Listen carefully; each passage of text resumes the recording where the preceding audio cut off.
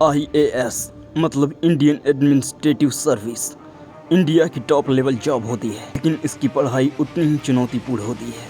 यहाँ पढ़ना एक चुनौतीपूर्ण काम होता है, लेकिन अगर तुम पढ़ लिए, अच्छा से पढ़ने के बाद पास हो गए, तो उसके बाद स्वैग वाली ज़िंदगी जीने के लिए रेडी हो जाए। मेरी पर्सनालिटी को बेहतर ढंग से सेव करने में यहाँ के इन्वायरमेंट और टीचर्स लोगों का बहुत बड़ा योगदान रहा है। सभी लोग बोलते हैं कि IAS बनना बहुत चुनौतीपूर्ण काम होता है। जी हाँ, ये सच है, लेकिन सही दिशा में चलने से और अच्छे टीचरों का मार्गदर्शन लेने से ये पॉसिबल हो जाता है बहुत आराम से, जैसा कि मैंने पॉसिबल करके दिखा दिया है। मुश्किल को आसान बनाना ही प्रियांशु गौतम का स्टाइल है, स्वैग है। क्या नहीं मेरे पास अब हर चीज़ है, गाड़ी, दौलत, रुपया, पैसा, पहुँच, सब कुछ मेरे पास है। लेकिन एक चीज़ें आई हैं, लोगों की मदद करके, सहयोग करके, इंसान बनकर, एथिक्स को फॉलो करके। मेरे चेहरे पे जो स्माइल दिख रही है ना, वो यूं ही नहीं आ गई। बच्चों को और लोगों की मैंने कितनी मदद की। जहाँ भी जाता देश के बारे में सोचता है, जो भी करता लोगों की भलाई के बारे में करता है। IAS बनना मतलब रुतबा नहीं, IAS बनने का मतलब ये नहीं है कि सिर्फ दिखावा करना है। ग्राउंड हकीकत पे, ग्राउंड रूट पर जाकर लोगों की मदद करना होता है, लोगों की देखभाल करनी होती है, नीतियों और पॉलिसीज को लागू करना होता है, और अपनी ड्यूटी को निभाने के लिए पूरी तरह से रिस्पॉन्सिबल बनना पड़ता है। तब जाके IAS की जो अपोजिशन है रंग लाती है और उसका इफेक्ट समाज में दिखता है। तभी तो लोग रिस्पेक्ट करते हैं IAS की। IAS ही रियल लाइफ का वो हीरो है जो एक डिस्ट्रिक्ट को चलाता है, एक देश को चलाता है, एक मिनिस्ट्री और एक मंत्रालय को चलाता है।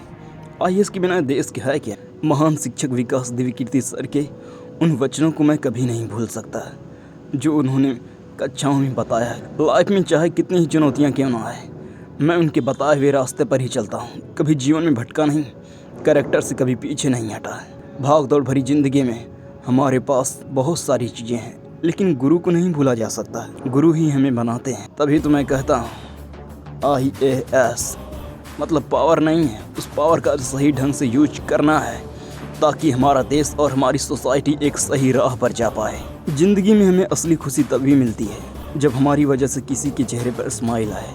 ये IAS का जॉब ही मुझे वही खुशी दे रहा है। एग्ज़ाम को पास करना और एग्ज़ाम में लिखना प्रैक्टिस मांगती है, और प्रैक्टिस जब कोई तुम्हारे साथ ना हो उस टाइम खाली टाइम में करना होता है। तभी तुम ग्राउंड रूट पर और देश के रूट लेवल पे जाके समस्याओं को समझोगे और उसका सलूशन दे पाओगे, क्योंकि IAS का दिमाग चारों दिशाओं में चलता है, डायनेमिक होता है, चाहे वो कोई भी एरिया क्यों ना हो। हमें पॉलिसी को ठीक ढंग से लागू करना होगा, तभी हमारा इंडिया डेवलपमेंट की राह पर जा पाएगा। हमें लोगों को प्रशिक्षित करना होगा और मीटिंग्स लेनी होगी, उनको सही ढंग से करने के लिए पूरी तरह से रेडी होना होगा। पॉलिसीज को लागू करना और इम्प्लीमेंट करना, चाहे किसी भी डायरेक्शन में क्यों ना हो, करना ही हो। इसके लिए हमें फाइलों को तलाशना होगा, फाइलों को खंगालना होगा, एक नए ढंग से शुरुआत करनी होगी। इसमें हम मानवीय सहसंबंधों का ना भूल जाएं। प्रेम भरा एक सौहार्दपूर्ण वातावरण बनाना जरूरी है, लेकिन उससे भी ज़्यादा आपदाओं को समझना और उसका सल्यूशन करना है।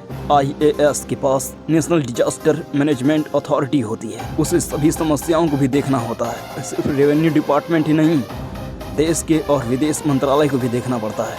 IAS अधिकारी अपने देश की लीडरशिप को नहीं भूल सकता, चाहे प्राइम मिनिस्टर हो।